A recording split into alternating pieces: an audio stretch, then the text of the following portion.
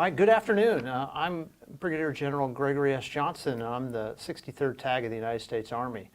Thanks for joining us today to talk a little bit of what we call Tag Talks. And for this initial episode for our Season 2, we're going to talk a little bit about Army voting, and we're going to talk a little bit about Army Postal, and really where this leads us to the back end of 2022 and our elections that will be taking place in November.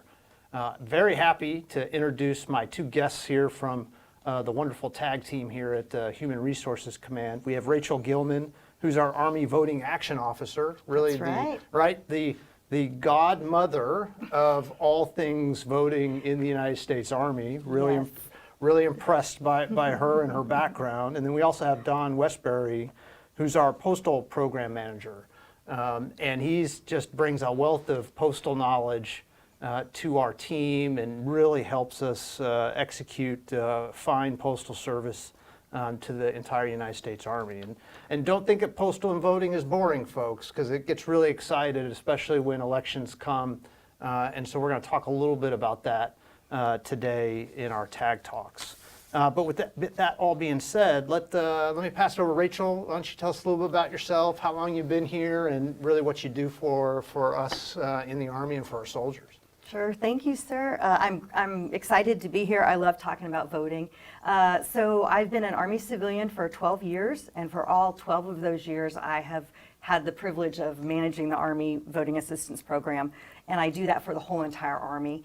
And I make sure that installations and units are aware and able to provide voting assistance to our soldiers and eligible family members, and especially those that are overseas.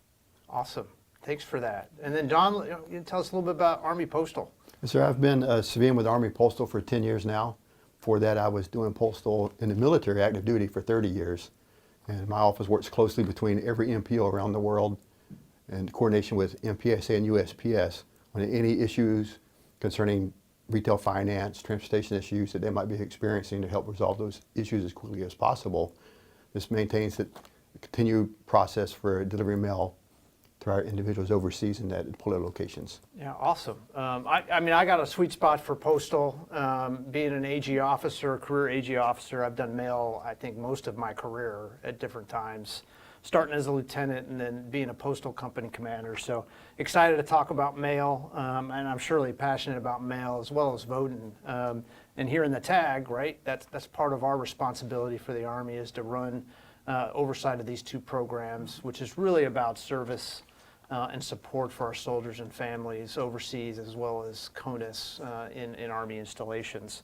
Well, but let me throw a couple of questions at you, really about this year and leading up to some elections. Can you talk a little bit about what we've done to prepare voting and even mail leading up to our elections later this year in November?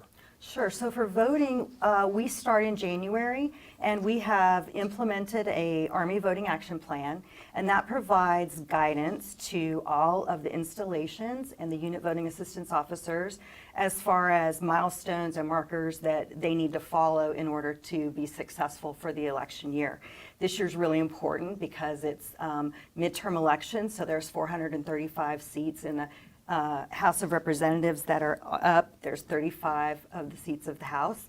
And then also, there's a lot of state and local elections. So it's really important that we make sure that everybody has information as far as being able to vote. We've done that through social media.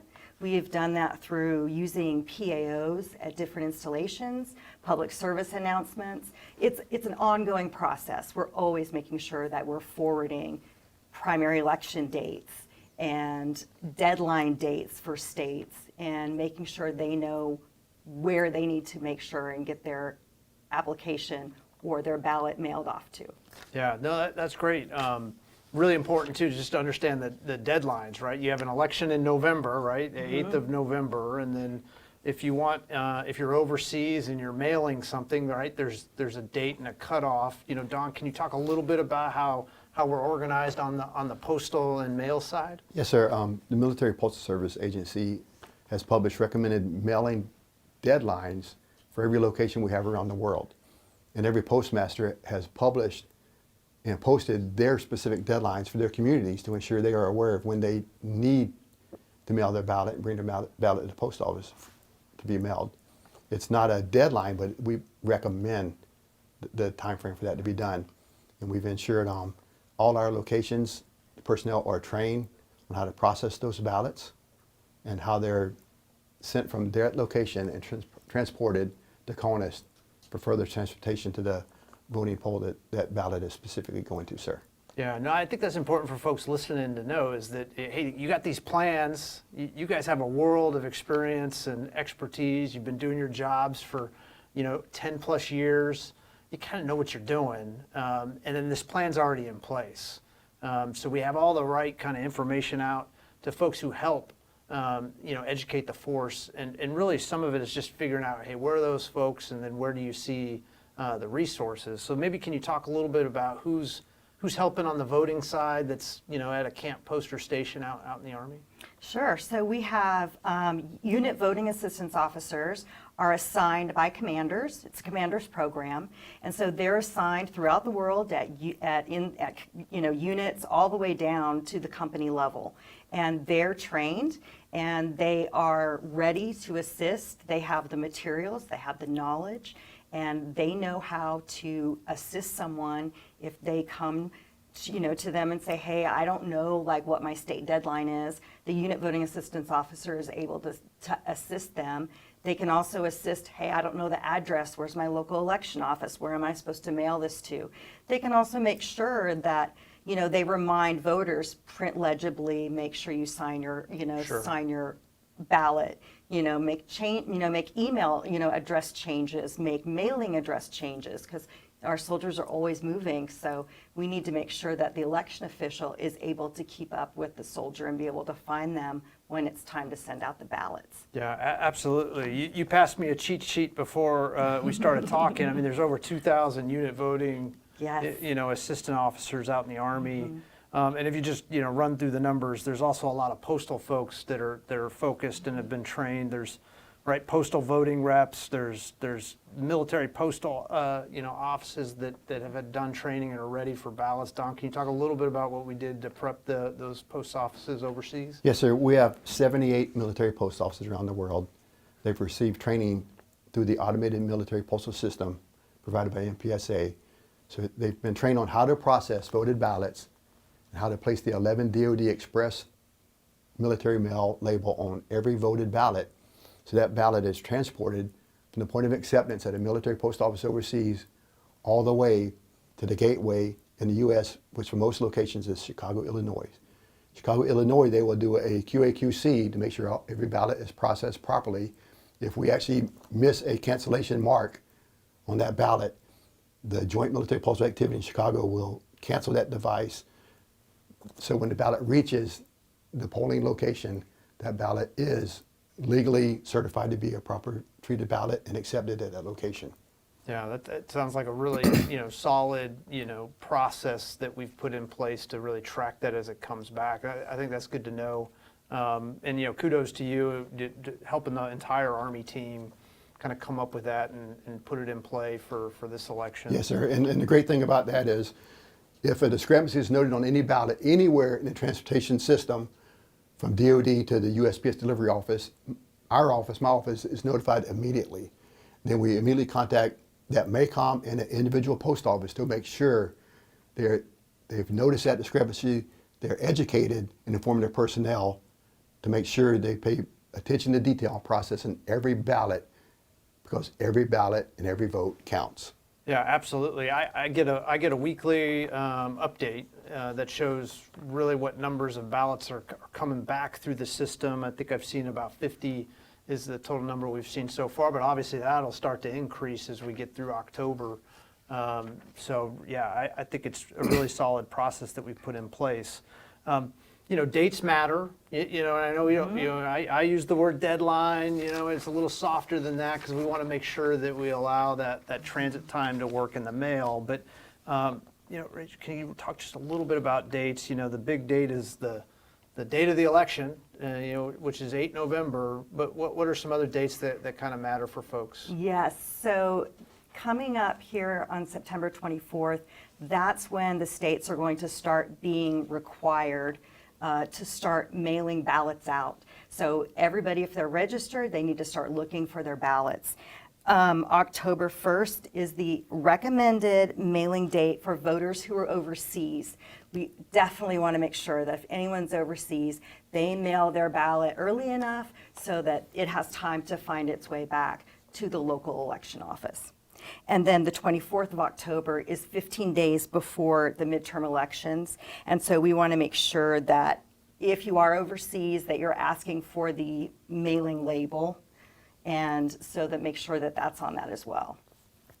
They're coming up fast. It is. It's coming really Well, fast. it is coming up fast. Yes. And you know, one ask that I would say to the audience that's listening is, hey, just keep looking, right? You know, in your mail. If you're already set up and you know your absentee ballot is coming, you know, just keep an eye on it, and then you know, get it, fill it out, and get it back into the system to come back.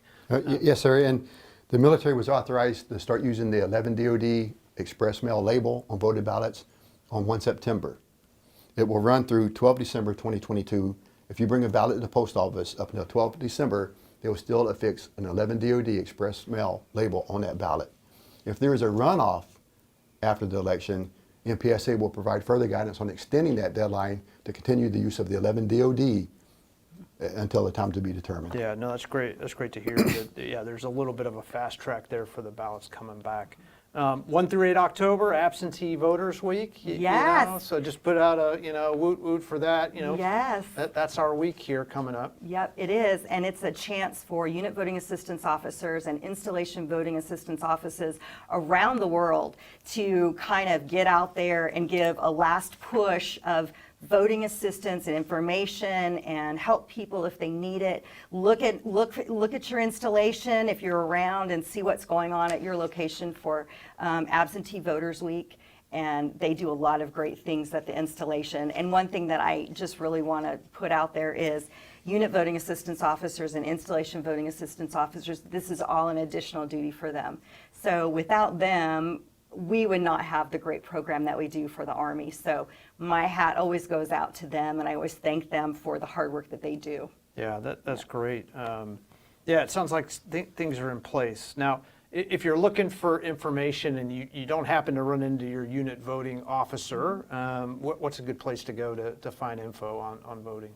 For voting information, you can go to your installation voting assistance office. If you're not exactly sure where that's at, you always can go to the Federal Voting Assistance Program website. They are the DoD component for voting, and they have a wealth of information there for voters. They even have a voting wizard where you just put in your information, click on your state, it pulls up all the information that you need, the deadlines, the requirements, and you can get all your information from there. So that's www.fvap.gov, fvap.gov. Okay, I can remember that, fvap.gov. Yes. I can get that memorized and put into my Google search and get there. So Yes. good. You know, any other things you want to bring up? Oh, yes, on sir. the process? I'd like to say that whenever a patron brings a voted ballot to the post office, when that 11 DoD Express label is affixed to that voted ballot, the customer will receive a receipt from the postal employee. That receipt will have the tracking number for that specific ballot. They can go back to the barracks, to the home, the residence.